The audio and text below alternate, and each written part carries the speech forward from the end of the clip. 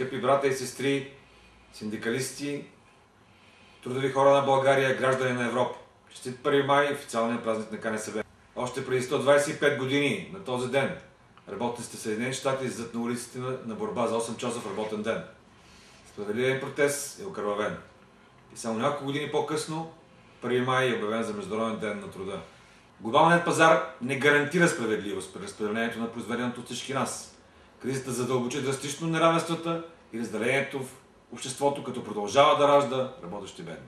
Социалният модел на Европа, който десетилетия примирява и прави еднопосочни различните интереси на труда и капитала, е заплашен от разрушаване. Затова ние, хората на труда от добивната и преработващата промишленост, индустрията, услугите, горското и селско стопанство, както и заетите в образованието, здравеопазването, държавната администрация и културата, заедно с свободните професии, самонаетите, надомните и семейни работници, малките предприемачи и търговци, всички, които се вадят хляба с ума и ръцете си, трябва заедно да издигнем гласа си и да се защитим.